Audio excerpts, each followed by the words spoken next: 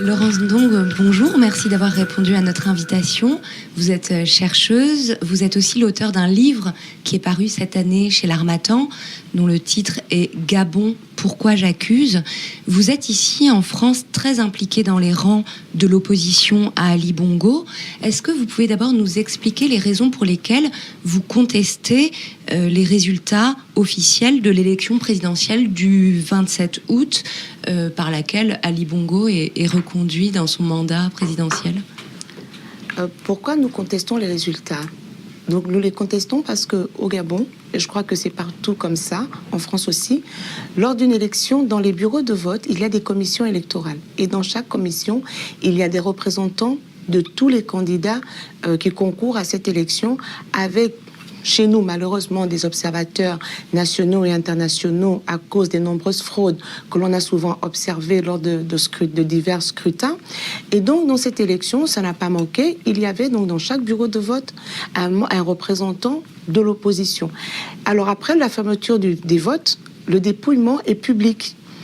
Donc, il y a des citoyens peuvent y assister. Donc, ils ont les résultats, bureau de vote par bureau de vote. À la fin du décompte, ces résultats sont consignés dans un procès verbal.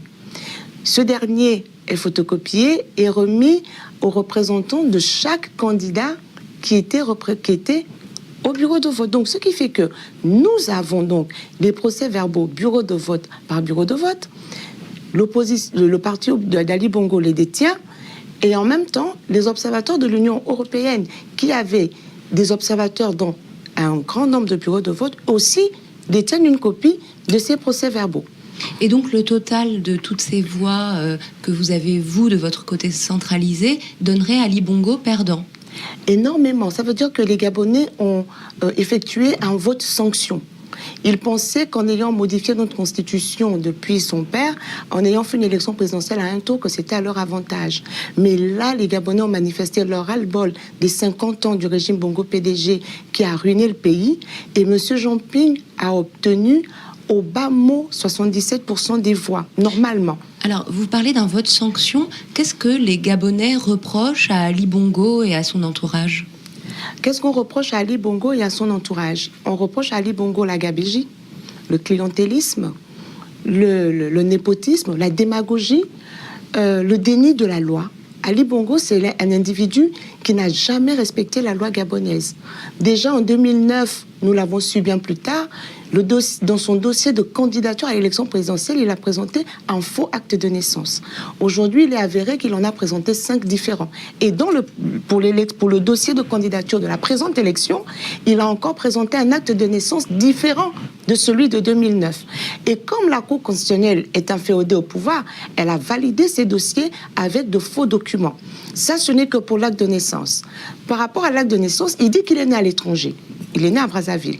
Mais notre code civil dit, notamment l'article 120, que lorsqu'on est né à l'étranger, on fait transcrire son acte de naissance à la mairie du 1er arrondissement de Libreville. Même ça, il n'a pas pu le faire respecter. Il est venu avec un acte de naissance du 3e arrondissement de Libreville, comme s'il était né à Libreville, alors qu'il est né à Brazzaville. Bref, sans compter qu'en 2009, dans le même acte de naissance, le nom du père, c'était Albert Bernard Bongo. En 2016, le nom du père, c'est El Hadj Omar Bongo. Et on sait que son père est devenu El Hadj Omar après 1973, lorsqu'il s'est converti à l'islam. Donc on a tellement de preuves que cet acte de naissance est faux, mais ça a été validé. Il n'a pas respecté l'article 14 de notre Constitution, qui dit que la fonction du président de la République est incompatible avec toute autre fonction privée ou à but lucratif.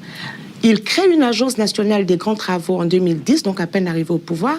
Cette agence nationale des grands travaux est chargée d'octroyer les marchés de l'État à des entreprises pour évidemment leur réalisation. Il distribue 70% des marchés. Donc, il se nomme lui-même président du conseil d'administration de l'Agence des grands travaux, tout en étant président de la République. Donc, il emporte à fois avec l'article 14 de la Constitution. Il va plus loin.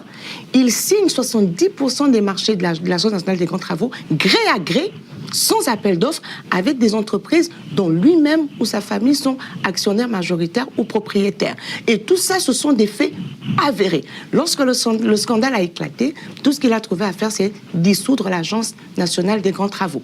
Donc, on a en face de nous quelqu'un qui a organisé le pillage de l'État, et aujourd'hui, les sociétés, les PME sont en train de fermer les unes après les autres, elles licencient, puisqu'elles n'avaient pas de marché. Je vais prendre un exemple simple pour bien éclairer ce que je dis. On nous dit qu'Ali Bongo a fait des hôpitaux. Pourquoi il fait des hôpitaux? Il en a fait. Il est même allé jusqu'à détruire un hôpital emblématique construit par Omar Bongo Ondimba, auquel il avait donné le nom de sa mère, parce que ça se passe comme ça chez nous. Il a détruit cet hôpital sous prétexte qu'il avait de l'amiante. Mais un bâtiment, on peut le désamianter, parce qu'il fallait le reconstruire. Pourquoi il reconstruit? La seule entreprise qui a reçu l'exclusivité pour construire les hôpitaux au Gabon, c'est l'entreprise Vamed.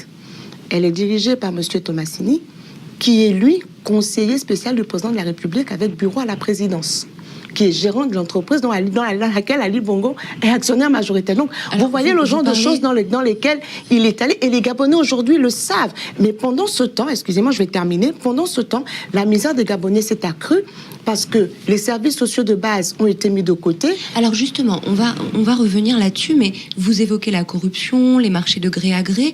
Le Gabon, c'est un petit pays d'Afrique centrale qui donne sur le golfe de Guinée. C'est un petit pays, mais qui est extrêmement riche en ressources naturelles. Ces ressources naturelles, pourquoi est-ce qu'elles n'ont pas profité aux Gabonais? On pense évidemment d'abord au pétrole. C'est le grand paradoxe du Gabon.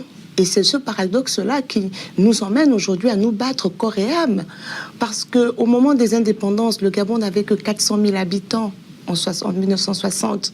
Lorsqu'il y a eu le boom pétrolier de 1973, le Gabon aurait pu être entièrement construit, les Gabonais auraient pu être mis à l'abri du besoin, à l'abri de la peur. Mais qu'est-ce qui s'est passé? Nous assistons à 60 ans d'enrichissement illicite d'une oligarchie au détriment de l'ensemble du peuple. Nous avons un pays immensement riche avec la grande majorité de la population qui est immensément pauvre. Et c'est cela que nous ne voulons plus supporter aujourd'hui. Et c'est pour cela que moi, personnellement, je pense qu'Ali Bongo, il est dans la démence, il est mythomane. Et avec ça, il se présente comme le candidat du changement.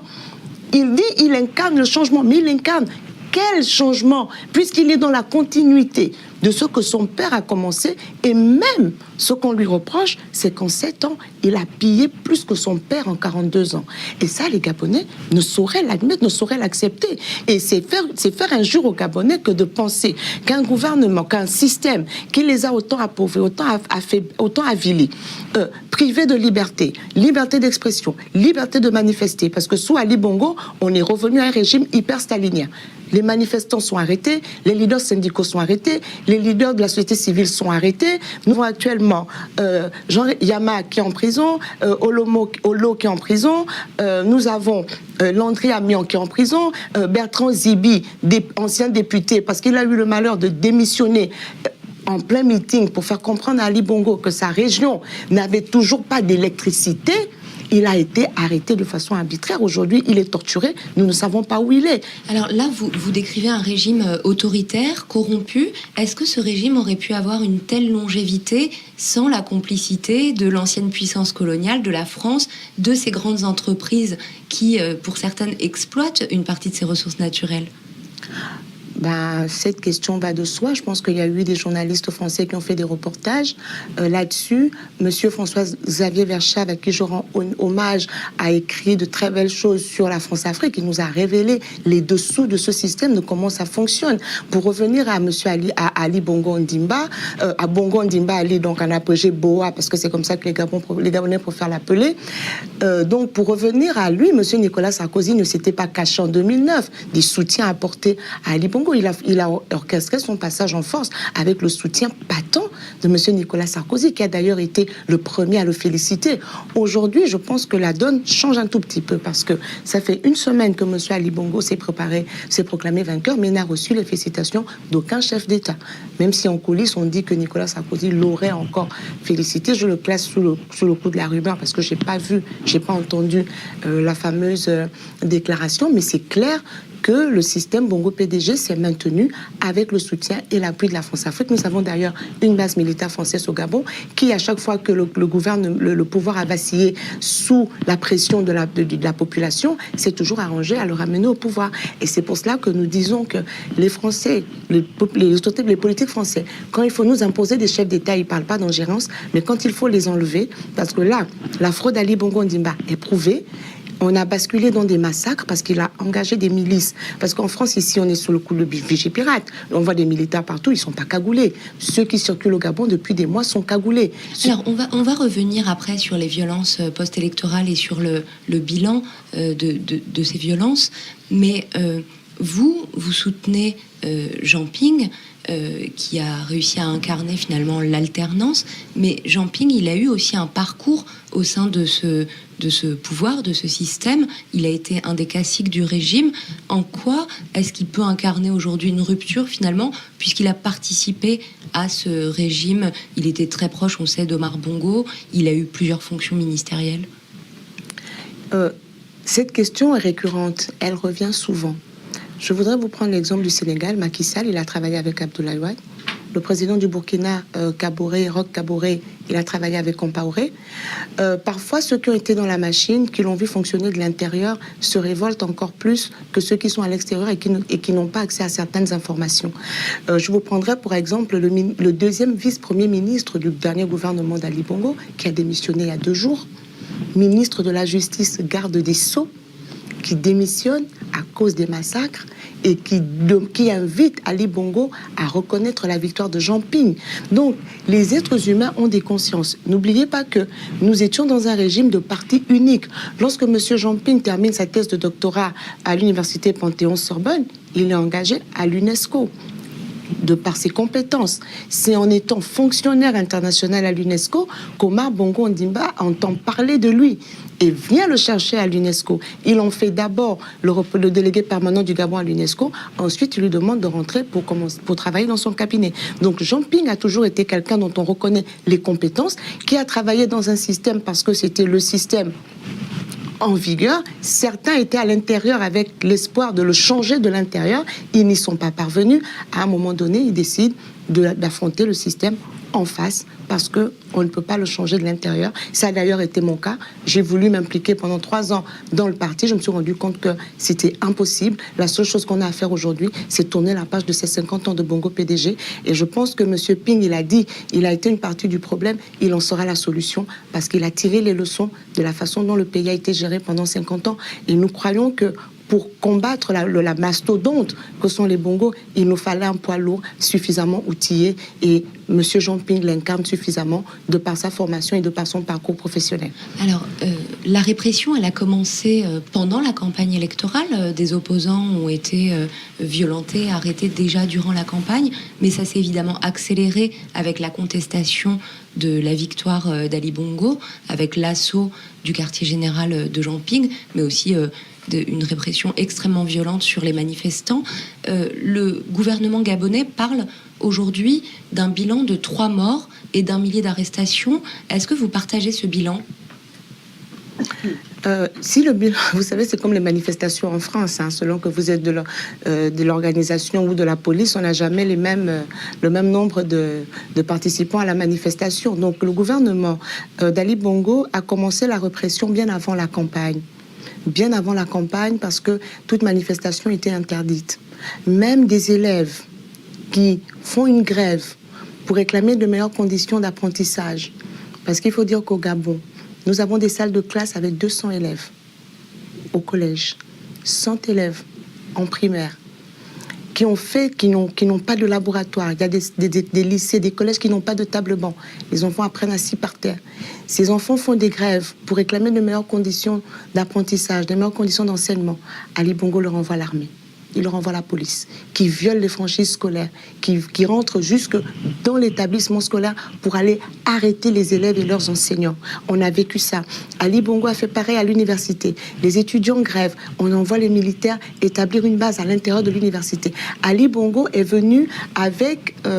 c'est un dictateur qui, pour sa seule forme d'expression, c'est de mater tout le monde. On doit se taire. On ne doit rien dire. Regardez, pour revenir sur son ancien ministre, M. Séraphin Mundunga, il a démissionné avant-hier. Entre avant-hier et aujourd'hui, il a échappé à 3 tentatives d'assassinat. Ils ont débarqué chez lui, ils ont tout cassé. Ils ont tout vilipendé dans sa maison. Donc, alors que ce monsieur avait les ministères avec le plus de portefeuilles qu'on n'a jamais vu. S'il y avait un proche d'Ali Bongo, c'était bien Séraphin Mundunga. Mais il a suffi qu'il lui dise « Là, tu vas trop loin, cher ami, pour que tout de suite, tu sois la personne à abattre. » Et c'est ça, Ali Bongo. Et ça a été comme ça pendant tout son septennat. Et aujourd'hui, Ali Bongo, ce qui est encore plus grave, c'est qu'il n'a même pas l'intention de limiter les mandats. Parce qu'en 1991, nous avions adopté une constitution qui établissait le multipartisme, réduisait le nombre de mandats présidentiels à 2 mandats successifs, qui ramenait le septennat au quinquennat et qui établissait une élection présidentielle à 2 tours. Au fil des années, Omar Bongo, avec la complicité de la Cour constitutionnelle, a retiré de la Constitution l'élection à 2 tours, elle est devenue à 1 tour. Le quinquennat est redevenu septennat et le nombre de mandats est redevenu illimité. Ali Bongo ne parle pas de revenir à cela. Or, avec une telle constitution, on ne peut pas dire qu'on est en démocratie. Monsieur Jean Ping s'engage déjà à ne faire qu'un seul mandat et il s'est engagé automatiquement à mettre en œuvre cette réforme constitutionnelle qui va nous placer à nouveau sur le chemin de la démocratie. Donc, lorsque monsieur Ali Bongo se présente comme un démocrate, ce n'est pas vrai. Il ne l'est pas. Parce que cette réforme constitutionnelle, il l'aurait engagée pendant son septennat. Parce qu'on l'a appelé de tous nos voeux. Il a même refusé un dialogue national inclusif auquel la société civile et l'opposition l'ont appelé pendant 7 ans. Donc, il a toujours été dans la répression, sauf que cette répression est de plus en plus grandissante et de plus en plus violente parce qu'il sait qu'il n'est pas aimé et donc il compte sur la terreur. C'est un terroriste d'État. Il compte vraiment sur la terreur pour que les Gabonais se tassent, se terrent comme des taupes et le laissent faire du Gabon ce qu'il veut. Alors, Jean Ping parle de 50 à 100 morts. Est-ce que vous avez établi une liste des personnes disparues ? Nous avons établi une liste des personnes disparues, en effet. Alors, le cynisme et le sadisme de la milice d'Ali Bongo, c'est que lorsqu'ils tuent, ils emportent les corps. Donc, bientôt, nous découvrirons des charniers. Nous avons déjà des adresses. Nous avons des endroits où on nous a déclaré qu'il y avait des fosses communes. Donc, Ali Bongo vit pour le paraître. Lorsque ce monsieur vient dans la presse et peut tenir des mensonges de façon éhontée à la face du monde, il est convaincu que ce qu'il dit va passer. C'est un enfant gâté qui a été élevé, qui pense que tout est assis. Il suffit qu'il claque des doigts et tout le monde accourt. Il suffit qu'il dise que votre chaise est blanche et que même si vous la voyez noire, vous direz qu'elle est blanche. Ce n'est pas possible. Et donc, Ali Bongo est dans ce déni. Et pour mentir une fois de plus à la communauté internationale, il cache les morts. Il tue, ils emportent les cadavres. Donc, ça nous empêche, nous, de faire véritablement le décompte. Aujourd'hui, il y a des maisons de pompes funèbres comme Kasebga, la gabonaise de sépulture, qui est fermée et où on a interdiction d'accès. On soupçonne des morts entreposées là-bas. TV5 Monde est allé avec son envoyé spécial, est allé à Kasebga. Rien que quand ils ont vu la caméra, ils l'ont violenté. Ils ont repoussé violemment la caméra, ils ont fermé. S'ils n'ont rien à cacher, pourquoi empêcher à des journalistes d'entrer? Donc nous avons un bilan qui est partiel parce que le régime enlève les morts, les entasse, les enterre dans des fosses communes. Donc nous aurons beaucoup de disparus. Nous avons des portés disparus qu'on ne retrouvera peut-être jamais. Donc les quelques chiffres que nous avons, c'est ceux dont nous avons vu les corps, c'est ceux que les familles ont déclarés, mais les autres sont simplement portés disparus. Et on n'oublie pas qu'il y a quand même eu près de 1998 blessés qui ont pu être recensés, parce que les blessés, eux, ils ne les tuent pas, qui ont pu être recensés et dont certains ont été brûlés à l'acide. Donc ils ont quand même versé l'acide sur des populations. C'est un vrai massacre qui est en train de se faire. Et cette milice, parce que si ce sont des opérations de maintien de l'ordre, ça se passe dans la rue. Mais ils poursuivent les jeunes jusque dans leur maison. Ils vont les tuer dans leur maison. Ils entrent, ils violent les femmes, ils violent les filles, ils violent les mères. Et tout ça, ils pensent que la communauté internationale ne le saura jamais parce qu'ils ont coupé Internet, parce qu'ils ont coupé les réseaux sociaux, parce qu'ils ont brûlé les télévisions de la société civile et de l'opposition. C'est bien beau de dire que c'est Jean Ping qui a organisé les pillages, mais pourquoi Jean Ping irait faire brûler les seules radios par lesquelles il peut s'adresser au peuple? Parce que là, les radios télé Nazareth est brûlée, TV5, TV+, ils ont saccagé. Donc on voit bien que c'est une action du gouvernement d'Ali Bongo et de ses sbires dans le but de museler l'opposition et de la faire taire à jamais. Alors quelle peut être aujourd'hui l'issue de cette crise? Est-ce que vous allez vous saisir des recours légaux qui sont à votre disposition? Alors, se saisir des recours légaux, c'est comme si le Gabon était un état de droit. Le Gabon n'est pas un état de droit. Ali Bongo viole la Constitution. Ce sont des marchands de tapis qui évoquent la loi quand ils pensent qu'elle est à leur avantage. Si on revient sur l'élection présidentielle, que dit le code électoral? Le code électoral dit que les résultats sont publiés au plus tard 72 heures après la fermeture des bureaux de vote. Mais ils ont proclamé 96 heures après. Même ce délai de 72 heures, ils ne l'ont pas respecté. Et donc, les mêmes qui ne respectent pas la loi, parce que M. Ali Bongo sait que la Cour constitutionnelle est dirigée par la maîtresse de son père, qui a eu 3 enfants avec son père, donc qui a des intérêts avec la famille Bongo et qui est à la tête de cette institution depuis 25 ans, depuis 1991, ils ont modifié le texte organique de la Cour constitutionnelle à chaque fois pour permettre qu'elle soit toujours en poste. Ils ont introduit une disposition qui fait qu'elle ne peut être récusée parce que le droit voulant, elle ne peut pas être jugée partie compte tenu de ses liens familiaux avec Ali Bongo. Mais il y a une disposition qui dit qu'elle ne peut être récusée. Donc elle est tenue d'être là. Mais alors si la Cour constitutionnelle est à la main d'Ali Bongo, quelle voie de contestation légale il vous reste? Nous n'avons quasiment pas de voie de contestation légale. La seule chose qu'il faut aujourd'hui, c'est que les résultats, les vrais, soient proclamés. Et en même temps, avant d'aller à la Cour constitutionnelle, le contentieux doit être vidé au niveau de la Commission nationale électorale. Or là, il n'y a pas eu d'accord, parce que les résultats qui ont été proclamés, les représentants de l'opposition dans la Commission ne les ont pas signés. Donc il y a un contentieux à vider au niveau d'abord de la CENAP avant de faire recours à la Cour constitutionnelle. Or, ils ont déjà transmis les résultats là-bas et ils veulent nous y emmener forcément parce qu'ils savent que la décision sera en leur faveur. Pour bien comprendre, vous demandez en fait la publication des résultats bureau de vote par bureau de vote. Bureau de vote par bureau de vote, procès verbal par procès verbal, parce que nous les avons les procès verbaux. Mais ils savent que sur les procès verbaux, ils n'ont pas pu tricher. Ils ont triché au moment de la centralisation des résultats au niveau du ministère de l'Intérieur. Donc si on fait simplement une publication des résultats, bureau de vote par bureau de vote, comme la loi gabonaise ne l'interdit nullement comme ils le disent, par contre ils ont signé un contrat avec la mission d'observation de l'Union européenne et dans ce contrat, il est clairement stipulé que les résultats seront publiés bureau de vote par bureau de vote, bulletin, procès verbal par procès verbal. Mais ils ne veulent pas parce qu'ils savent qu'ils sont coincés. Lorsqu'on est sûr de sa victoire, on refait le décompte. Ils ne veulent pas le décompte parce qu'ils savent qu'ils ont fraudé, mais la fraude est tellement flagrante que le monde entier sait aujourd'hui qu'Ali Bongo est un tricheur, c'est un mauvais tricheur. Alors, Jean Ping appelle aussi au blocage économique du pays avec des grèves. Est-ce que cet appel a été suivi? Est-ce que M. Jean Ping avait besoin d'appeler à la grève pour que la grève soit suivie? La grève va de soi. Vous ne pouvez pas demander à une population que vous venez de massacrer. Il y a des femmes qui chargent leurs enfants. On a suivi le reportage en Corse que je vais citer. Ils ont accompagné une mère qui cherchait son fils depuis le 31. Elle est allée jusqu'à faire le tour des morgues. Et dans certaines, on n'a même pas voulu qu'elle entre. Elle va aller travailler la semaine suivante. On est mercredi, on a décimé une population, massacré une population de mercredi à dimanche, et on leur dit lundi matin aller travailler, alors qu'il y a 1 millier de personnes en prison. Ça n'a absolument aucun sens. Et M. Ali Bongo va, soi-disant, visiter des militaires qui, eux, auraient été agressés par la foule. Mais comme ce sont des piètres comédiens, sous la blouse, on voit le col de la chemise qui est bien repassé. Donc on n'a pas affaire à un blessé, on a bien affaire là encore à de la manipulation parce que c'est tout ce qu'ils savent faire. Aujourd'hui, Ali Bongo est prêt. Il a tué des Gabonais parce qu'il veut rester au pouvoir. Tant qu'à faire, qu'on lui offre un Gabon mort, on reste chez nous, il n'a pas besoin de nous. Il n'a pas besoin de nous. S'il avait besoin de nous, il nous considérerait, il respecterait nos droits, il respecterait le droit de vote de la population, ce qui n'a pas été le cas. Donc, il va de soi que nous ne pouvons pas continuer à faire fonctionner une économie qui sert à remplir les caisses des bongos, qui sert à leur faire acheter des villas dans le monde entier, qui sert à leur faire acheter des voitures de luxe. L'épouse de M. Ali Bongo est la seule épouse de chef d'État au monde qui a son propre avion privé. Et donc, M. Ping, déjà, n'a jamais appelé à ce blocage. Parce que, où l'aurait-il fait?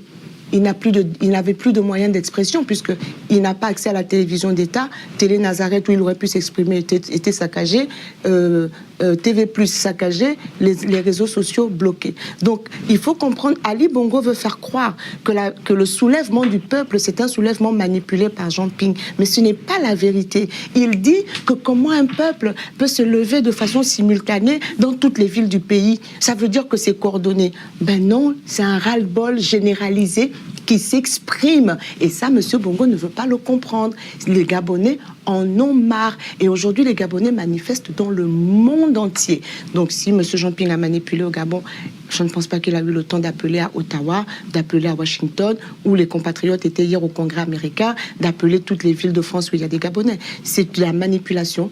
La manifestation qui a lieu aujourd'hui, les manifestations des Gabonais sont un ras-le-bol.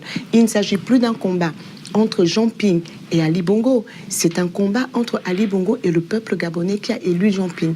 Et ce peuple gabonais dont ils nient les droits, ce peuple gabonais qu'ils ont opprimé pendant 50 ans et qui maintenant dit non. Et donc, il ne faut pas continuer de présenter ce combat comme deux partisans, deux candidats qui se chamaillent. Non, c'est vraiment le peuple gabonais qui est derrière Jean Ping. Parce que, où sont les partisans d'Ali Bongo ? On ne les a jamais vus, on ne les a pas entendus parce qu'ils n'existent pas. C'est juste une petite oligarchie qui profite des biens du pays et qui veut se maintenir par la force pour opprimer tout un peuple. Mais cette fois-ci, nous leur disons, 2016 n'est pas 2009.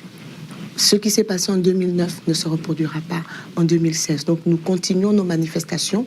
Samedi à Paris, encore, il y aura une manifestation des Gabonais de France qui viendront de partout pour dire que nous ne sommes pas d'accord et pour exiger aussi une intervention franche de la France qui a contribué à ce qu'Ali Bongo soit au pouvoir. Maintenant qu'elle contribue à le démettre en l'amenant à accepter qu'il a perdu l'élection et qu'il s'en aille. Je vous remercie, Laurence. Donc. Merci à vous.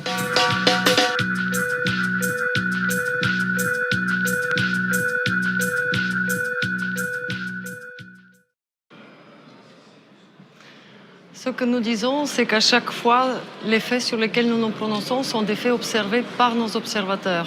Et là, nous avons effectivement relevé que dans la province de Haut-Ogooué, les résultats doivent être regardés attentivement. Parce que lorsqu'on prend en compte les non-votants et les bulletins blancs et nuls, nous avons relevé l'anomalie évidente. Exemple très concret, basé sur l'observation directe de nos observateurs, dans une des commissions électorales locales des 15 dans la province de Haut-Ogooué, le nombre de non-votants est supérieur à celui qui a été ensuite annoncé comme la fin du processus par la CENAP. Donc pour nous, il s'agit de continuer à observer l'ensemble du processus en se focalisant sur l'analyse de chaque province. Mais encore une fois, nous nous prononçons uniquement sur ce que nos observateurs ont pu constater sur place. Alors, vous parlez de cette province du Haut-Ogooué. Vous dites que vous n'avez pas eu accès aux résultats d'une autre province, c'est bien cela ? Effectivement, non conformément au protocole d'accord qui a été signé entre la République gabonaise et l'Union européenne, nos observateurs n'ont pas eu accès à toutes les commissions électorales locales et provinciales. Nous avons pu observer dans 7 des 9 provinces et nous avons également pu constater que dans la province de Haut-Ogooué, les résultats n'ont pas été annoncés publiquement. Donc nous nous prononçons uniquement sur la base de ce que nous avons vu, mais force est de constater que notre accès a fortement différencié en fonction des différentes provinces. Qu'est-ce que vous répondez à Ali Bongo ? On vient de l'entendre dans le sujet. Il s'étonne qu'on ne parle pas de la localité où Jean Ping a fait 100%. Est-ce qu'il y a une localité où Jean Ping a fait 100% d'abord ? Écoutez, il faut vraiment qu'on soit très clair quant au rôle de la mission d'observation électorale de l'Union européenne. Depuis le tout début du processus, nous rencontrons tous les acteurs de ce processus électoral. Nous discutons avec toute partie prenante. Donc aujourd'hui, pour nous, il ne s'agit pas de se prononcer sur la déclaration d'un tel ou d'un autre. Nous continuons à respecter notre mandat. Alors sur votre mandat, la mission reste ouverte au dialogue avec tous. Alors oui. Sur votre mandat précisément, hier sur notre antenne, Alain-Claude de Bilibinzé, le porte-parole du gouvernement gabonais, affirmait que les observateurs de l'Union européenne avaient outrepassé leur mandat. Je le cite, ils ont voulu transporter des urnes et participer au dépouillement. Est-ce que c'est vrai ? Ce que moi, je peux dire clairement, c'est que chacun des membres de l'équipe de la mission d'observation électorale a signé un code de conduite et il l'a respecté. Donc pour nous, il s'agit vraiment de continuer en toute neutralité et impartialité, de poursuivre le travail, ce que nous avons fait jusqu'ici. Vous n'avez pas donc outrepassé votre mission selon vous? Non. Les autorités accusent également l'un de vos membres de connivence avec l'opposition, Xavier Nock. Qu'en est-il? Écoutez, d'abord, Xavier Nock n'était pas seul, il était avec un autre expert dans la mission. Ils sont ensemble avec, parce qu'il faut pas citer un seul. Lorsqu'on parle de la mission d'observation électorale, il faut dire qu'il y a une équipe cadre qui est basée à Libreville. Et dans la nuit du 30-31, nous avons tous suivi minute par minute ce qui s'est passé. Ce qui se passe, c'est que les experts ont continué leur travail comme tout au long de la mission. Le 31 août n'a pas été différent des jours précédents. Nous avons continué à parler avec tous les acteurs, à pouvoir s'adresser aux autorités pour que justement on aille à ce qui est dit dans le protocole d'accord entre la République gabonaise et l'Union, c'est-à-dire que les observateurs, la République gabonaise s'est engagée à avoir accès à tous les niveaux de la compilation des résultats. Donc il est tout à fait normal que nos experts soient sur place, qu'ils puissent parler avec tous ceux qui sont présents. Et sur ce, nous sommes restés et dans le cadre de notre mission et nous avons respecté l'engagement que nous avons pris d'observer et non pas d'intervenir de quelconque manière que ce soit. Maria Gabriel, qu'est-ce qui se passe maintenant? Est-ce que votre mission, la mission des observateurs européens, se termine ici ou est-ce que vous avez des recours? La mission continue son travail. L'équipe cadre est sur place. Nous l'avons dit depuis le tout début, notre travail ne s'arrête pas le jour des élections, il ne s'arrête pas au moment où la compilation est faite et les résultats sont adossés par la CENAP. Nous continuons notre travail d'observation pour observer d'abord jusqu'à demain le délai de 16 heures et les recours éventuels et ensuite, tel que la loi le prévoit, les 15 jours de la gestion du contentieux électoral par la Cour constitutionnelle. Ce qui est important pour nous, c'est que vraiment le processus puisse se poursuivre en toute transparence, d'où notre appel depuis le tout début de la publication des résultats des bureaux de vote et ensuite, évidemment, de faire référence aux voies légales. Ce qui est important pour nous, c'est que c'est par le biais de la voie légale que la confiance dans ce processus des Gabonais puisse être restaurée. On a bien entendu votre message. Merci beaucoup, Maria Gabriel, d'avoir accepté notre invitation, observatrice en chef de l'Union européenne. Au Gabon, le bras de fer politique va donc se poursuivre par voie légale. L'opposant Jean Ping, déclaré vaincu à la présidentielle, a finalement déposé un recours devant la Cour constitutionnelle. On écoute l'un de ses avocats tout de suite. Nous avons déposé notre recours sur des éléments de fait. Très exactement, nous avons constaté qu'il y a des contradictions dans les chiffres qui ont été publiés par le ministre de l'Intérieur, par le gouverneur de la province du Haut-Ogooué et les PV en notre possession. Nous avons exactement 174 PV et lorsque nous compilons tous ces PV, nous nous rendons compte que dans tous les cas, même si on donnait les 30 000 voix restants à M. Ali Bongo, il ne peut pas gagner cette élection. Ce n'est pas possible. Bonsoir Simon Rodier, notre envoyé spécial à Libreville. Alors Simon, Jean Ping estime avoir constaté des fraudes lors du vote le 27 août dernier. Sur quoi précisément la Cour constitutionnelle va-t-elle se pencher maintenant ? Eh bien, comme on pouvait s'y attendre, effectivement, le recours qui porte sur les résultats, vous l'avez entendu, du Haut-Ogooué, des contradictions, des anomalies. Le Haut-Ogooué, vous savez, c'est cette province à l'est du pays, pro-Bongo, à tel point que la participation a été très élevée, 99,93%, plus de 95% pour Ali Bongo, ce qui a fait effectivement basculer le résultat. Une commission dans le clan Ping s'est penchée sur la question ces derniers jours. Ils ont pris le temps de la réflexion donc pour déposer ce recours.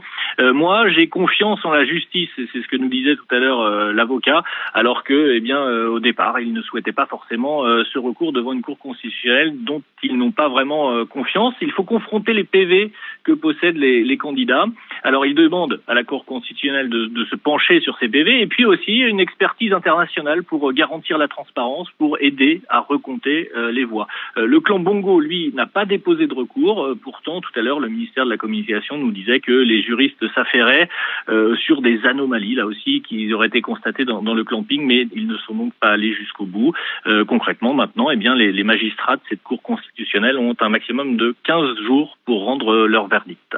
Alors, dans la journée, Simon, le gouvernement gabonais a parlé à la presse. Il a annoncé le report sine die de la mission de l'Union africaine qui devait arriver dans les tout prochains jours. Écoutez le ministre des Affaires étrangères. Le président Déby souhaitait venir accompagné d'un certain nombre de chefs d'État au Gabon pour faire mener des actions de bons offices.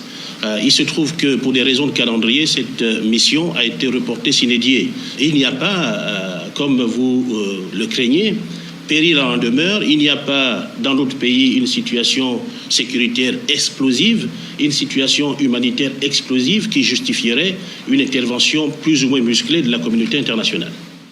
Alors justement, Simon Rodier, où en est-on ce soir au niveau sécuritaire à Libreville ?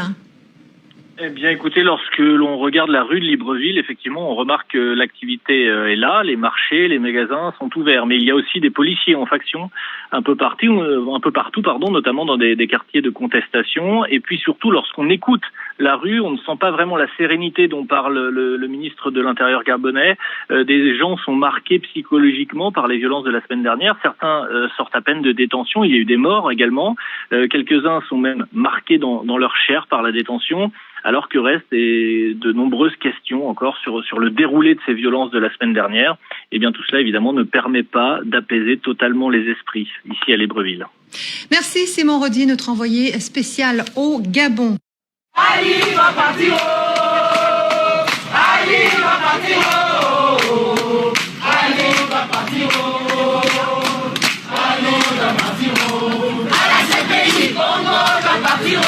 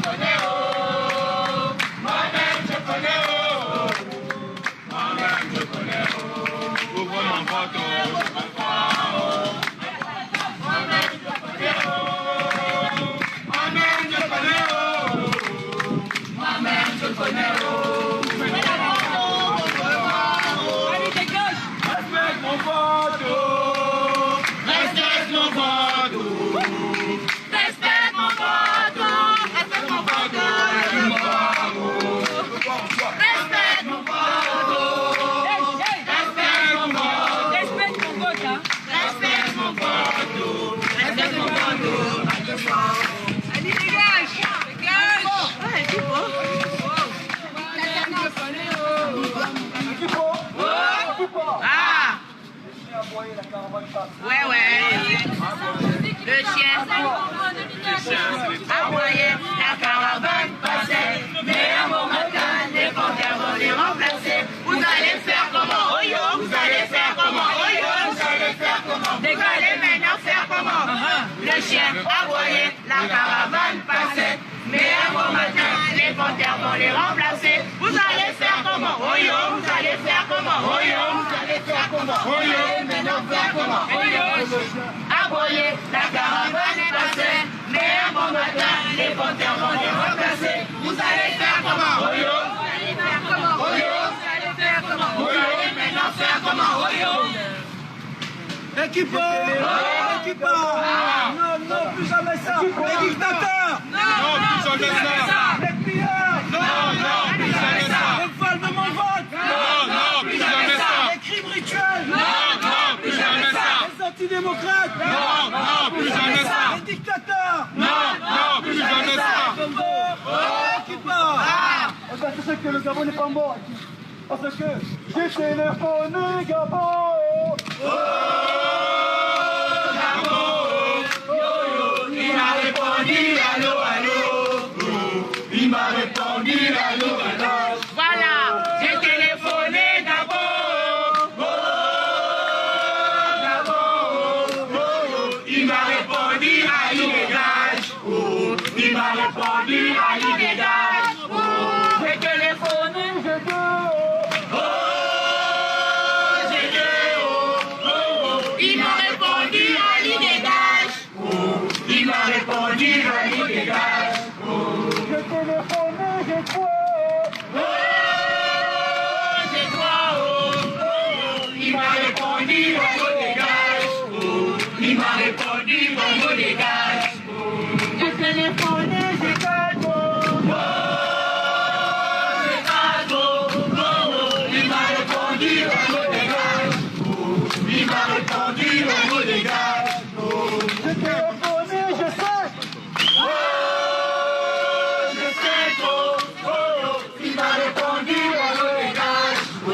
Il m'a répondu à l'illégage. J'ai téléphoné, je suis saut. Je suis saut. Il m'a répondu à l'illégage. Il m'a répondu à l'illégage. J'ai téléphoné, je sais trop.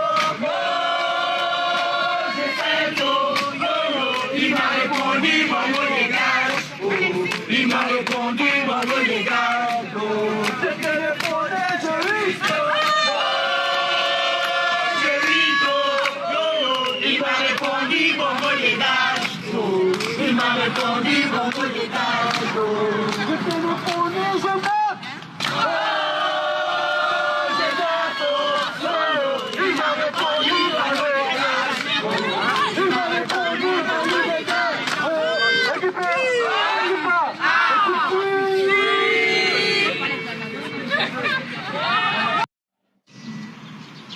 Le destin.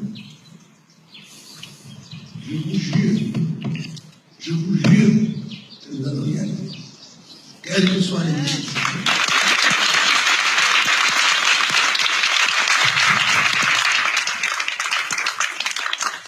Nous sommes venus rendre hommage à nos morts qui ont été abattus sauvagement par une bande de voyous. Celui qui dirige ce pays est un voyou, un assassin. Et tôt ou tard, il finira par le payer. Tôt ou tard, ici-bas ou au ciel, il finira par le payer. Tout ce que je vous demande, c'est de me faire confiance. Tant que je suis en vie, de me faire confiance. Quel que soit ce qui se passe, nous devons triompher. Nous allons sauver notre pays. Ce n'est pas moi, c'est le pays. Vous l'avez bien dit, l'a dit. C'est pour notre pays. J'ai lancé un appel partout en disant, si le monde ne nous assiste pas, ça sera considéré comme une non-assistance à peuple en danger. Nous sommes en danger. Pour tout notre pays en danger de mort.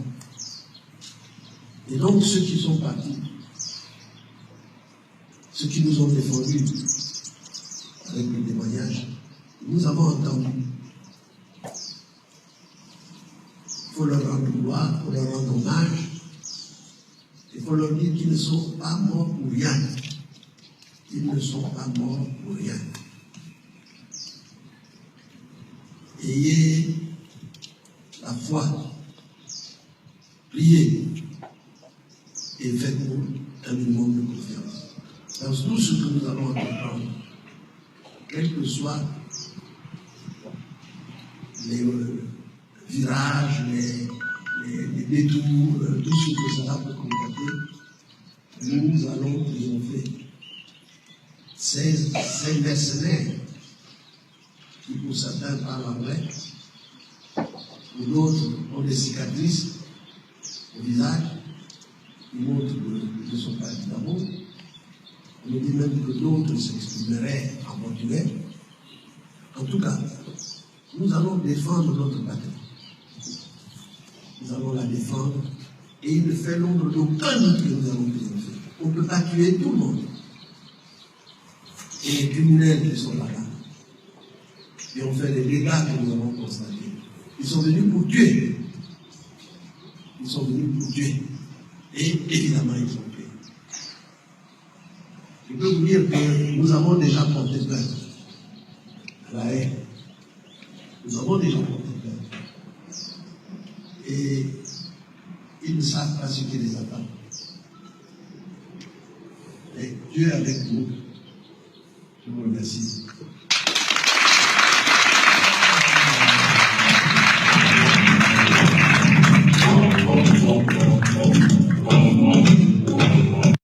Au Gabon, la vie reprend petit à petit son cours normal, mais le bras de fer entre le pouvoir et l'opposition demeure. Chacun campe sur ses positions après la réélection contestée d'Ali Bongo Ondimba à la présidentielle de 2016. L'opposition, qui n'a toujours pas déposé son recours à la Cour constitutionnelle, exige un recomptage des voix à la Sénat. Nous posons un problème précis, à savoir la nécessité du comptage des voix. Nous ne disons même pas recomptage, nous disons comptage des voix, bureau de vote par bureau de vote.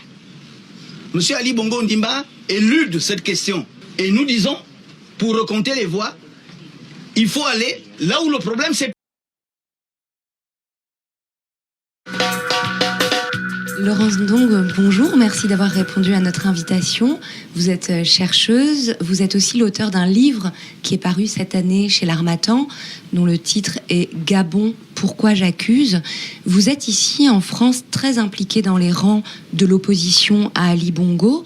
Est-ce que vous pouvez d'abord nous expliquer les raisons pour lesquelles vous contestez les résultats officiels de l'élection présidentielle du 27 août, par laquelle Ali Bongo est reconduit dans son mandat présidentiel?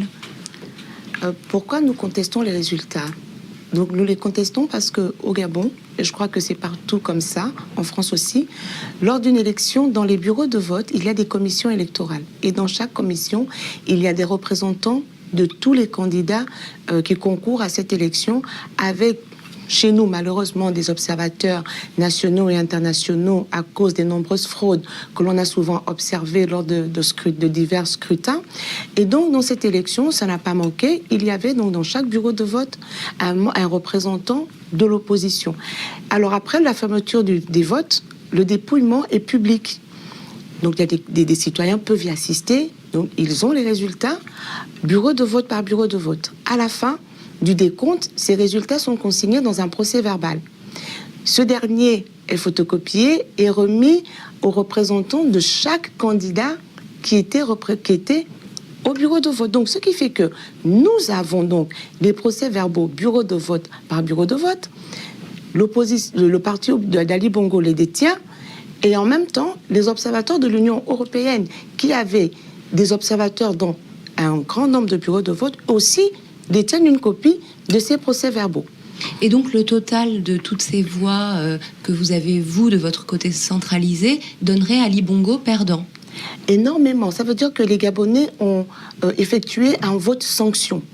Il pensait qu'en ayant modifié notre constitution depuis son père, en ayant fait une élection présidentielle à un tour, que c'était à leur avantage. Mais là, les Gabonais ont manifesté leur ras-le-bol des 50 ans du régime Bongo PDG qui a ruiné le pays. Et M. Jean-Ping a obtenu au bas mot 77% des voix, normalement. Alors, vous parlez d'un vote sanction. Qu'est-ce que les Gabonais reprochent à Ali Bongo et à son entourage ?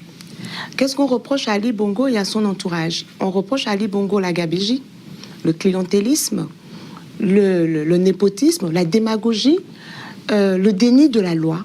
Ali Bongo, c'est un individu qui n'a jamais respecté la loi gabonaise. Déjà en 2009, nous l'avons su bien plus tard, dans son dossier de candidature à l'élection présidentielle, il a présenté un faux acte de naissance. Aujourd'hui, il est avéré qu'il en a présenté 5 différents. Et pour le dossier de candidature de la présente élection, il a encore présenté un acte de naissance différent de celui de 2009. Et comme la Cour constitutionnelle est inféodée au pouvoir, elle a validé ces dossiers avec de faux documents. Ça, ce n'est que pour l'acte de naissance. Par rapport à l'acte de naissance, il dit qu'il est né à l'étranger. Il est né à Brazzaville. Mais notre code civil dit, notamment l'article 120, que lorsqu'on est né à l'étranger, on fait transcrire son acte de naissance à la mairie du 1er arrondissement de Libreville. Même ça, il n'a pas pu le faire respecter. Il est venu avec un acte de naissance du 3e arrondissement de Libreville, comme s'il était né à Libreville, alors qu'il est né à Brazzaville. Bref, sans compter qu'en 2009, dans le même acte de naissance, le nom du père, c'était Albert Bernard Bongo. En 2016, le nom du père, c'est El Hadj Omar Bongo. Et on sait que son père est devenu El Hadj Omar après 1973, lorsqu'il s'est converti à l'islam. Donc on a tellement de preuves que cet acte de naissance est faux, mais ça a été validé. Il n'a pas respecté l'article 14 de notre Constitution, qui dit que la fonction du président de la République est incompatible avec toute autre fonction privée ou à but lucratif. Il crée une agence nationale des grands travaux en 2010, donc à peine arrivé au pouvoir. Cette agence nationale des grands travaux est chargée d'octroyer les marchés de l'État à des entreprises pour évidemment leur réalisation. Il distribue 70% des marchés. Donc, il se nomme lui-même président du conseil d'administration de l'Agence des grands travaux, tout en étant président de la République. Donc, il emporte à fois avec l'article 14 de la Constitution. Il va plus loin. Il signe 70% des marchés de l'Agence nationale des grands travaux, gré à gré, sans appel d'offres, avec des entreprises dont lui-même ou sa famille sont actionnaires majoritaires ou propriétaires. Et tout ça, ce sont des faits avérés. Lorsque le scandale a éclaté, tout ce qu'il a trouvé à faire, c'est dissoudre l'Agence nationale des grands travaux. Donc, on a en face de nous quelqu'un qui a organisé le pillage de l'État, et aujourd'hui, les sociétés, les PME sont en train de fermer les unes après les autres, elles licencient, puisqu'elles n'avaient pas de marché. Je vais prendre un exemple simple pour bien éclairer ce que je dis. On nous dit qu'Ali Bongo a fait des hôpitaux.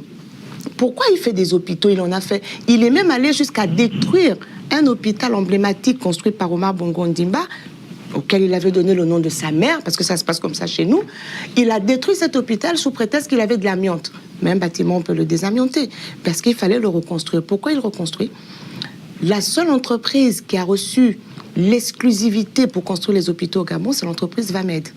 Elle est dirigée par M. Tomassini, qui est, lui, conseiller spécial du président de la République avec bureau à la présidence, qui est gérant de l'entreprise dans laquelle Ali Bongo est actionnaire majoritaire. Donc, vous voyez le genre de choses dans lesquelles il est allé, et les Gabonais aujourd'hui le savent. Mais pendant ce temps, excusez-moi, je vais terminer, pendant ce temps, la misère des Gabonais s'est accrue, parce que les services sociaux de base ont été mis de côté. Alors justement, on va revenir là-dessus, mais vous évoquez la corruption, les marchés de gré à gré. Le Gabon, c'est un petit pays d'Afrique centrale qui donne sur le golfe de Guinée. C'est un petit pays, mais qui est extrêmement riche en ressources naturelles. Ces ressources naturelles, pourquoi est-ce qu'elles n'ont pas profité aux Gabonais? On pense évidemment d'abord au pétrole. C'est le grand paradoxe du Gabon. Et c'est ce paradoxe-là qui nous emmène aujourd'hui à nous battre corps et âme. Parce qu'au moment des indépendances, le Gabon n'avait que 400 000 habitants en 1960. Lorsqu'il y a eu le boom pétrolier de 1973, le Gabon aurait pu être entièrement construit, les Gabonais auraient pu être mis à l'abri du besoin, à l'abri de la peur. Mais qu'est-ce qui s'est passé? Nous assistons à 60 ans d'enrichissement illicite d'une oligarchie au détriment de l'ensemble du peuple. Nous avons un pays immensement riche avec la grande majorité de la population qui est immensément pauvre. Et c'est cela que nous ne voulons plus supporter aujourd'hui. Et c'est Et c'est pour cela que moi, personnellement, je pense qu'Ali Bongo, il est dans la démence, il est mythomane. Et avec ça, il se présente comme le candidat du changement. Il dit il incarne le changement, mais il incarne quel changement? Puisqu'il est dans la continuité de ce que son père a commencé, et même ce qu'on lui reproche, c'est qu'en 7 ans, il a pillé plus que son père en 42 ans. Et ça, les Gabonais ne sauraient l'admettre, ne sauraient l'accepter. Et c'est faire injure aux Gabonais que de penser qu'un gouvernement, qu'un système qui les a autant appauvris, autant avilis, privés de liberté, liberté d'expression, liberté de manifester, parce que sous Ali Bongo, on est revenu à un régime hyper stalinien. Les manifestants sont arrêtés, les leaders syndicaux sont arrêtés, les leaders de la société civile sont arrêtés. Nous avons actuellement Jean Yama qui est en prison, Olo qui est en prison, nous avons Landry Amian qui est en prison, Bertrand Zibi, ancien député, parce qu'il a eu le malheur de démissionner en plein meeting pour faire comprendre à Ali Bongo que sa région n'avait toujours pas d'électricité. Il a été arrêté de façon arbitraire. Aujourd'hui, il est torturé. Nous ne savons pas où il est. Alors là, vous décrivez un régime autoritaire, corrompu. Expertise internationale pour garantir la transparence, pour aider à recompter les voix. Le clan Bongo, lui, n'a pas déposé de recours. Pourtant, tout à l'heure, le ministère de la Communication nous disait que les juristes s'affairaient sur des anomalies, là aussi, qui auraient été constatées dans le clamping, mais ils ne sont donc pas allés jusqu'au bout. Concrètement, maintenant, eh bien, les magistrats de cette Cour constitutionnelle ont un maximum de 15 jours pour rendre leur verdict. Alors, dans la journée, Simon, le gouvernement gabonais a parlé à la presse. Il a annoncé le report sine die de la mission de l'Union africaine qui devait arriver dans les tout prochains jours. Écoutez le ministre des Affaires étrangères. Le président Déby souhaitait venir accompagné d'un certain nombre de chefs d'État au Gabon pour faire mener des actions de bons offices. Il se trouve que pour des raisons de calendrier, cette mission a été reportée sine die. Il n'y a pas, comme vous le craignez, péril en demeure. Il n'y a pas dans notre pays une situation sécuritaire explosive, une situation humanitaire explosive qui justifierait une intervention plus ou moins musclée de la communauté internationale. Alors justement, Simon Rodier, où en est-on ce soir au niveau sécuritaire à Libreville ? Eh bien, écoutez, lorsque l'on regarde la rue de Libreville, effectivement, on remarque que l'activité est là, les marchés, les magasins sont ouverts, mais il y a aussi des policiers en faction un peu partout, notamment dans des quartiers de contestation. Et puis surtout, lorsqu'on écoute la rue, on ne sent pas vraiment la sérénité dont parle le ministre de l'Intérieur gabonais. Des gens sont marqués psychologiquement par les violences de la semaine dernière. Certains sortent à peine de détention. Il y a eu des morts également. Quelques-uns sont même marqués dans leur chair par la détention.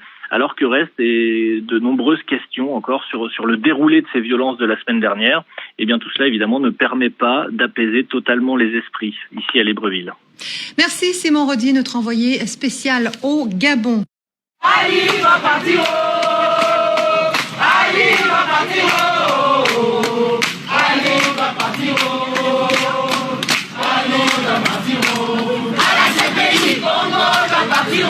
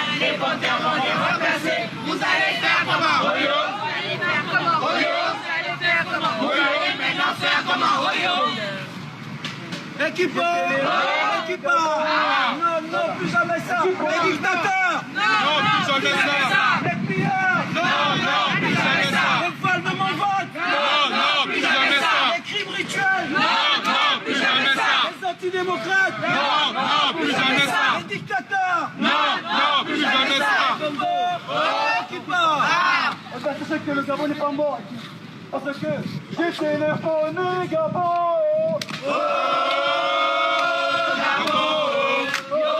Il m'a répondu allô allô.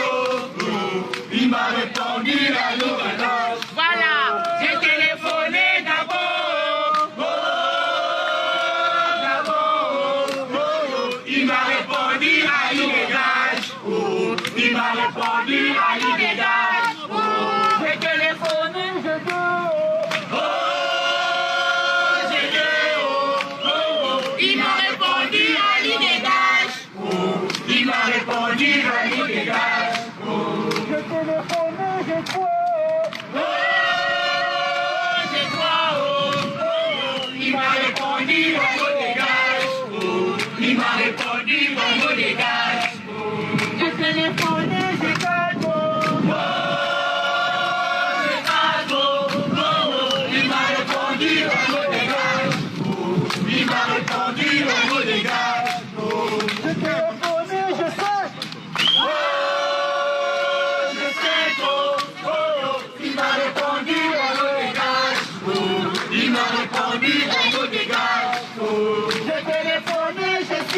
Faut pas continuer de présenter ce combat comme deux partisans, deux candidats qui se chamaillent. Non, c'est vraiment le peuple gabonais qui est derrière Jean Ping. Parce que où sont les partisans d'Ali Bongo?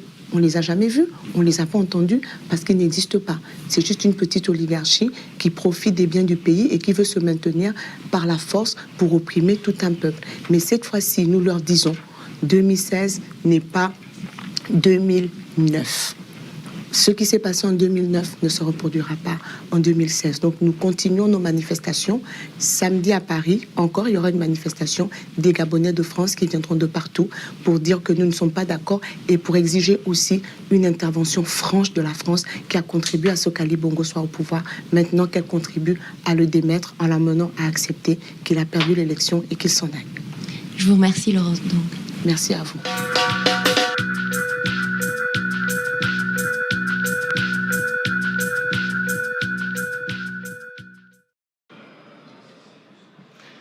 Ce que nous disons, c'est qu'à chaque fois, les faits sur lesquels nous nous prononçons sont des faits observés par nos observateurs.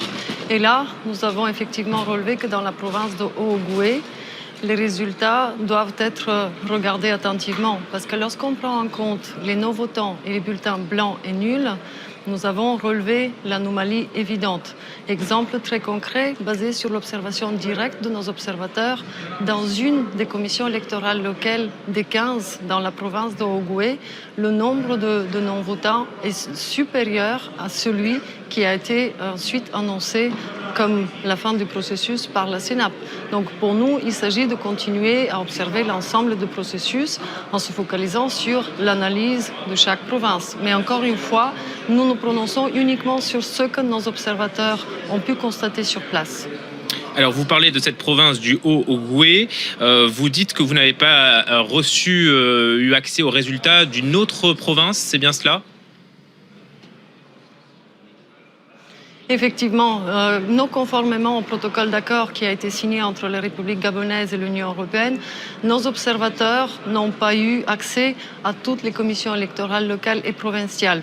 Nous avons pu observer dans 7 des 9 provinces et nous avons également pu constater que dans la province de Haut-Ogooué, les résultats n'ont pas été annoncés publiquement. Donc nous nous prononçons uniquement sur la base de ce que nous avons vu, mais force est de constater que notre accès a fortement différencié en fonction des différentes provinces.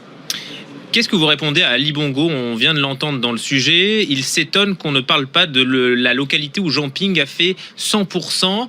Est-ce qu'il y a une localité où Jean Ping a fait 100% d'abord? Écoutez, il faut vraiment qu'on soit très clair quant au rôle de la mission d'observation électorale de l'Union européenne. Depuis le tout début du processus, nous rencontrons tous les acteurs de ce processus électoral. Nous discutons avec toute partie prenante. Donc aujourd'hui, pour nous, il ne s'agit pas de se prononcer sur la déclaration d'un tel ou d'un autre. Nous continuons à respecter notre mandat. Alors sur votre mandat, la mission reste ouverte au dialogue avec tous. Alors, oui. Sur votre mandat précisément, hier sur notre antenne, Alain-Claude de Bilibinze, le porte-parole du gouvernement gabonais, a affirmé que les observateurs de l'Union européenne avaient outrepassé leur mandat. Je le cite, ils ont voulu transporter des urnes et participer au dépouillement. Est-ce que c'est vrai ? Ce que moi, je peux dire clairement, c'est que chacun des membres de l'équipe de la mission d'observation électorale a signé un code de conduite et il l'a respecté. Donc pour nous, il s'agit vraiment de continuer en toute neutralité et impartialité, de poursuivre le travail, ce que nous avons fait jusqu'ici. Vous n'avez pas donc outrepassé votre mission selon vous ? Non. Les autorités accusent également l'un de vos membres de connivence avec l'opposition, Xavier Nock. Qu'en est-il ? Écoutez, d'abord, Xavier Nock n'était pas seul, il était avec un autre expert dans la mission. Ils sont ensemble avec, parce qu'il faut pas citer un seul. Lorsqu'on parle de la mission d'observation électorale, il faut dire qu'il y a une équipe cadre qui est basée à Libreville. Et dans la nuit du 30-31, nous avons tous suivi minute par minute ce qui s'est passé. Ce qui se passe, c'est que les experts ont continué leur travail comme tout au long de la mission. Le 31 août n'a pas été différent des jours précédents. Nous avons continué à parler avec tous les acteurs, à pouvoir s'adresser aux autorités pour que justement on aille à ce qui est dit dans le protocole d'accord entre la République gabonaise et l'Union, c'est-à-dire que les observateurs, la République gabonaise s'est engagée à avoir accès à tous les niveaux de la compilation des résultats. Donc il est tout à fait normal que nos experts soient sur place, qu'ils puissent parler avec tous ceux qui sont présents. Et sur ce, nous sommes restés et dans le cadre de notre mission et nous avons respecté l'engagement que nous avons pris d'observer et non pas d'intervenir de quelconque manière que ce soit. Maria Gabriel, qu'est-ce qui se passe maintenant? Est-ce que votre mission, la mission des observateurs européens se termine ici ou est-ce que vous avez des recours? La mission continue son travail. L'équipe cadre est sur place. Nous l'avons dit depuis le tout début, notre travail ne s'arrête pas le jour des élections, il ne s'arrête pas au moment où la compilation est faite et les résultats sont adossés par la CENAP.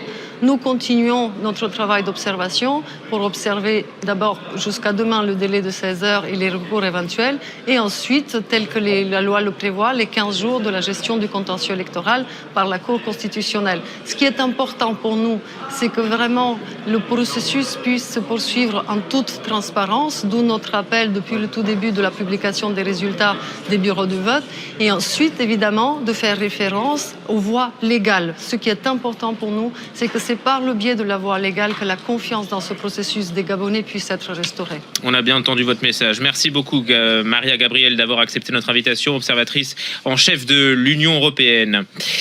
Au Gabon, le bras de fer politique va donc se poursuivre par voie légale. L'opposant Jean Ping, déclaré vaincu à la présidentielle, a finalement déposé un recours devant la Cour constitutionnelle. On écoute l'un de ses avocats tout de suite. Nous avons déposé notre recours sur des éléments de fait. Très exactement, nous avons constaté qu'il y a des contradictions dans les chiffres qui ont été publiés par le ministre de l'Intérieur, par le gouverneur de la province du Haut-Ogooué et les PV en notre possession. Nous avons exactement 174 PV et lorsque nous compilons tous ces PV, nous nous rendons compte que dans tous les cas, même si on donnait les 30 000 voix restants à M. Ali Bongo, il ne peut pas gagner cette élection. Ce n'est pas possible. Bonsoir Simon Rodier, notre envoyé spécial à Libreville. Alors Simon, Jean Ping estime avoir constaté des fraudes lors du vote le 27 août dernier. Sur quoi précisément la Cour constitutionnelle va-t-elle se pencher maintenant ? Eh bien, comme on pouvait s'y attendre, effectivement, le recours qui porte sur les résultats, vous l'avez entendu, du Haut-Ogooué, des contradictions, des anomalies. Le Haut-Ogooué, vous savez, c'est cette province à l'est du pays, pro-Bongo, à tel point que la participation a été très élevée, 99,93%, plus de 95% pour Ali Bongo, ce qui a fait effectivement basculer le résultat. Une commission dans le clamping s'est penchée sur la question ces derniers jours. Ils ont pris le temps de la réflexion donc pour déposer ce recours. Moi, j'ai confiance en la justice, et c'est ce que nous disait tout à l'heure l'avocat, alors que, au départ, ils ne souhaitaient pas forcément ce recours devant une cour constitutionnelle dont ils n'ont pas vraiment confiance. Il faut confronter les PV que possèdent les candidats. Alors, ils demandent à la Cour constitutionnelle de se pencher sur ces PV, et puis aussi Est-ce que ce régime aurait pu avoir une telle longévité sans la complicité de l'ancienne puissance coloniale, de la France, de ces grandes entreprises qui, pour certaines, exploitent une partie de ses ressources naturelles ? Cette question va de soi. Je pense qu'il y a eu des journalistes français qui ont fait des reportages là-dessus. Monsieur François-Xavier Verschave, à qui je rends hommage, a écrit de très belles choses sur la France-Afrique. Il nous a révélé les dessous de ce système, de comment ça fonctionne. Pour revenir à monsieur Ali Bongo Ondimba, à Bongo Ondimba Ali, donc en apogée Boa, parce que c'est comme ça que les Gabonais préfèrent l'appeler. Donc pour revenir à lui, monsieur Nicolas Sarkozy ne s'était pas caché en 2009 des soutiens apportés à Ali Bongo. Il a orchestré son passage en force avec le soutien patent de M. Nicolas Sarkozy, qui a d'ailleurs été le premier à le féliciter. Aujourd'hui, je pense que la donne change un tout petit peu, parce que ça fait une semaine que M. Ali Bongo s'est proclamé vainqueur, mais n'a reçu les félicitations d'aucun chef d'État. Même si en coulisses, on dit que Nicolas Sarkozy l'aurait encore félicité. Je le classe sous le coup de la rumeur, parce que j'ai pas entendu la fameuse déclaration, mais c'est clair que le système Bongo PDG s'est maintenu avec le soutien et l'appui de la France-Afrique. Nous avons d'ailleurs une base militaire française au Gabon qui, à chaque fois que le pouvoir a vacillé sous la pression de la population, s'est toujours arrangé à le ramener au pouvoir. Et c'est pour cela que nous disons que les Français, les politiques français, quand il faut nous imposer des chefs d'État, ils ne parlent pas d'ingérence, mais quand il faut les enlever, parce que là, la fraude d'Ali Bongo Ondimba est prouvée, On a basculé dans des massacres parce qu'il a engagé des milices. Parce qu'en France, ici, on est sous le coup de Vigipirate. On voit des militaires partout, ils ne sont pas cagoulés. Ceux qui circulent au Gabon depuis des mois sont cagoulés. Alors, on va revenir après sur les violences post-électorales et sur le bilan de ces violences. Mais vous soutenez Jean Ping, qui a réussi à incarner finalement l'alternance. Mais Jean Ping, il a eu aussi un parcours au sein de ce pouvoir, de ce système. Il a été un des caciques du régime. En quoi est-ce qu'il peut incarner aujourd'hui une rupture finalement, puisqu'il a participé à ce régime? Il était très proche, on sait, d'Omar Bongo. Il a eu plusieurs fonctions ministérielles. Cette question est récurrente. Elle revient souvent. Je voudrais vous prendre l'exemple du Sénégal. Macky Sall, il a travaillé avec Abdoulaye Wade. Le président du Burkina, Roch Kaboré, il a travaillé avec Compaoré. Parfois, ceux qui ont été dans la machine, qui l'ont vu fonctionner de l'intérieur, se révoltent encore plus que ceux qui sont à l'extérieur et qui n'ont pas accès à certaines informations. Je vous prendrai pour exemple le deuxième vice-premier ministre du dernier gouvernement d'Ali Bongo, qui a démissionné il y a 2 jours, ministre de la Justice, garde des Sceaux, qui démissionne à cause des massacres et qui invite Ali Bongo à reconnaître la victoire de Jean Ping. Donc, les êtres humains ont des consciences. N'oubliez pas que nous étions dans un régime de parti unique. Lorsque M. Jean Ping termine sa thèse de doctorat à l'université Panthéon-Sorbonne, il est engagé à l'UNESCO. De par ses compétences. C'est en étant fonctionnaire international à l'UNESCO qu'Omar Bongo Ondimba entend parler de lui et vient le chercher à l'UNESCO. Il en fait d'abord le délégué permanent du Gabon à l'UNESCO. Ensuite, il lui demande de rentrer pour travailler dans son cabinet. Donc, Jean Ping a toujours été quelqu'un dont on reconnaît les compétences, qui a travaillé dans un système parce que c'était le système en vigueur. Certains étaient à l'intérieur avec l'espoir de le changer de l'intérieur. Ils n'y sont pas parvenus. À un moment donné, ils décident d'affronter le système en face parce qu'on ne peut pas le changer de l'intérieur. Ça a d'ailleurs été mon cas. J'ai voulu m'impliquer pendant 3 ans dans le parti. Je me suis rendu compte que c'était impossible. La seule chose qu'on a à faire aujourd'hui, c'est tourner la page de ces 50 ans de Bongo PDG. Et je pense que M. Ping, il a dit, il a été une partie du problème, il en sera la solution parce qu'il a tiré les leçons de la façon dont le pays a été géré pendant 50 ans. Et nous croyons que pour combattre la mastodonte que sont les Bongos, il nous fallait un poids lourd suffisamment outillé et M. Jean Ping l'incarne suffisamment de par sa formation et de par son parcours professionnel. Alors, la répression, elle a commencé pendant la campagne électorale. Des opposants ont été violentés, arrêtés déjà durant la campagne, mais ça s'est évidemment accéléré avec la contestation de la victoire d'Ali Bongo, avec l'assaut du quartier général de Jean Ping, mais aussi une répression extrêmement violente sur les manifestants. Le gouvernement gabonais parle aujourd'hui d'un bilan de 3 morts et d'1 millier d'arrestations. Est-ce que vous partagez ce bilan ? Si le bilan, vous savez, c'est comme les manifestations en France, hein, selon que vous êtes de l'organisation ou de la police, on n'a jamais le même nombre de participants à la manifestation. Donc le gouvernement d'Ali Bongo a commencé la répression bien avant la campagne. Bien avant la campagne, parce que toute manifestation était interdite. Même des élèves qui font une grève pour réclamer de meilleures conditions d'apprentissage. Parce qu'il faut dire qu'au Gabon, nous avons des salles de classe avec 200 élèves au collège, 100 élèves en primaire, qui n'ont pas de laboratoire. Il y a des lycées, des collèges qui n'ont pas de table-banc. Les enfants apprennent assis par terre. Ces enfants font des grèves pour réclamer de meilleures conditions d'apprentissage, de meilleures conditions d'enseignement. Ali Bongo leur envoie l'armée. Il leur envoie la police, qui viole les franchises scolaires, qui rentre jusque dans l'établissement scolaire pour aller arrêter les élèves et leurs enseignants. On a vécu ça. Ali Bongo a fait pareil à l'université. Les étudiants grèvent. On envoie les militaires établir une base à l'intérieur de l'université. Ali Bongo est venu avec... c'est un dictateur qui, pour sa seule forme d'expression, c'est de mater tout le monde. On doit se taire. On ne doit rien dire. Regardez, pour revenir sur son ancien ministre, M. Séraphin Mundunga, il a démissionné avant-hier. Entre avant-hier et aujourd'hui, il a échappé à 3 tentatives d'assassinat. Ils ont débarqué chez lui, ils ont tout cassé. Ils ont tout vilipendé dans sa maison. Donc, alors que ce monsieur avait les ministères avec le plus de portefeuilles qu'on n'a jamais vu. S'il y avait un proche d'Ali Bongo, c'était bien Séraphin Mundunga. Mais il a suffi qu'il lui dise, là tu vas trop loin, cher ami, pour que tout de suite il soit la personne à abattre. Et c'est ça Ali Bongo. Et ça a été comme ça pendant tout son septennat. Et aujourd'hui, Ali Bongo, ce qui est encore plus grave, c'est qu'il n'a même pas l'intention de limiter les mandats.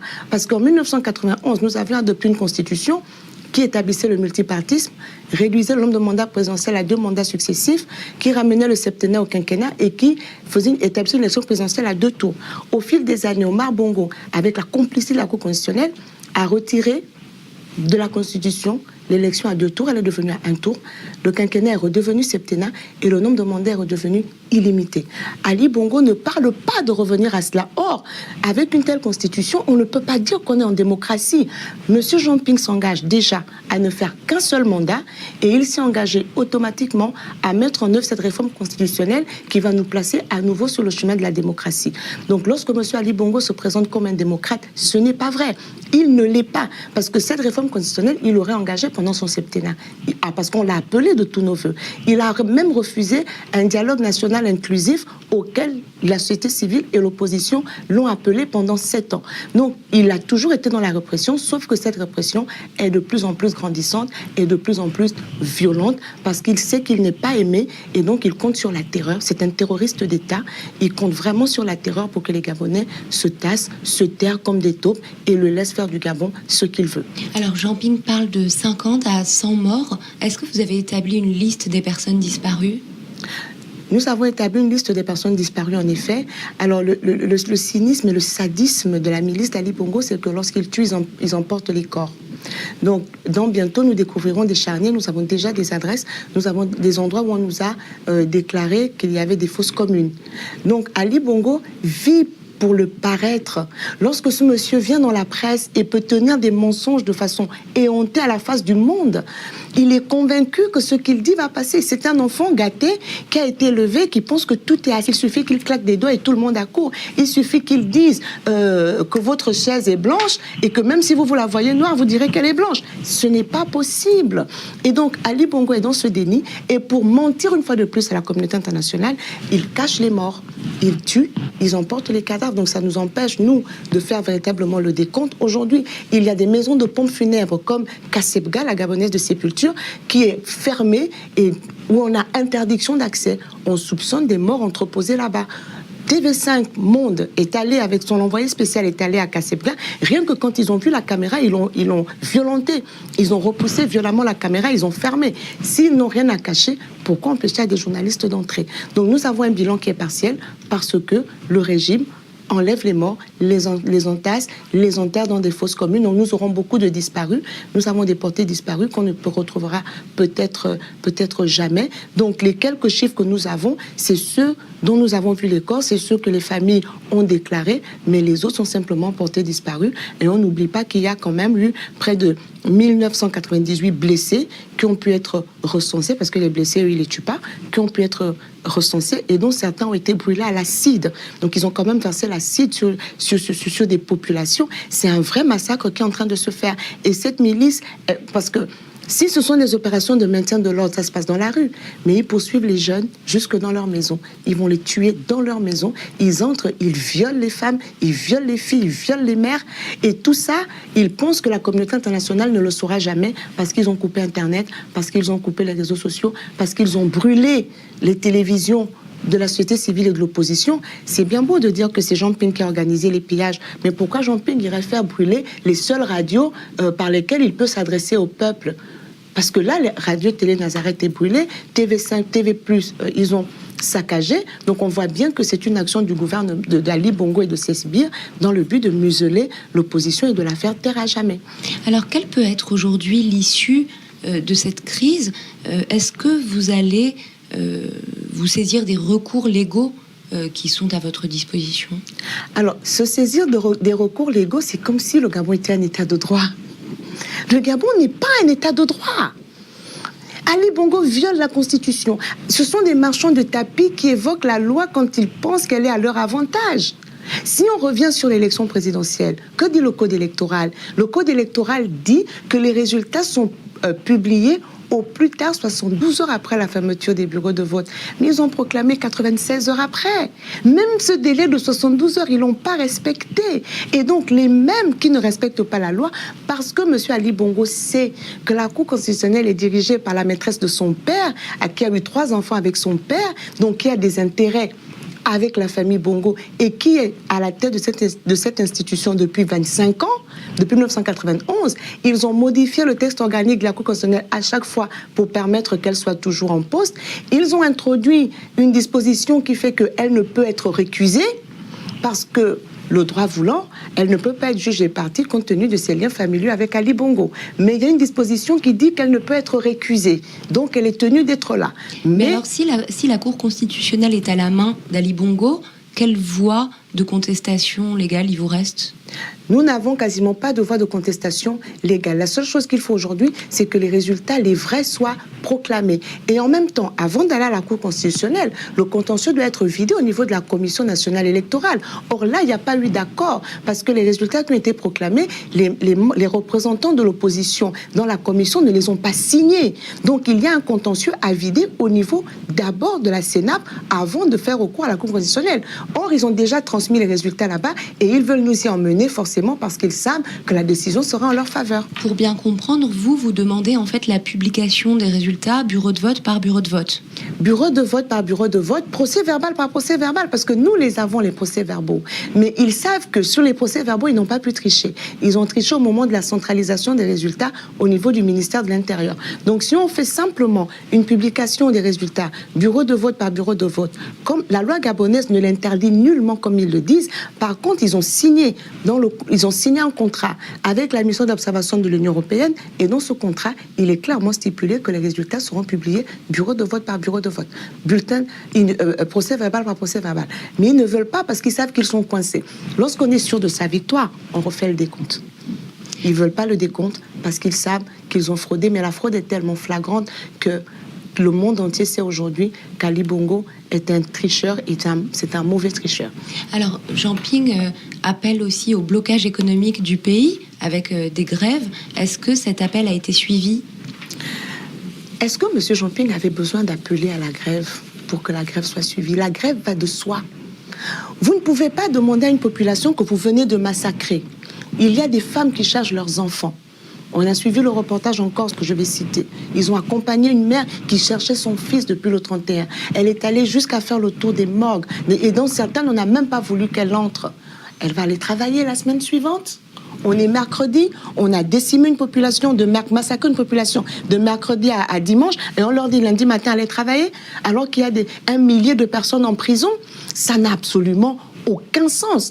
Et M. Ali Bongo va, soi-disant, visiter des militaires qui, eux, auraient été agressés par la foule. Mais comme ce sont des piètres comédiens, sous la blouse, on voit le col de la chemise qui est bien repassé.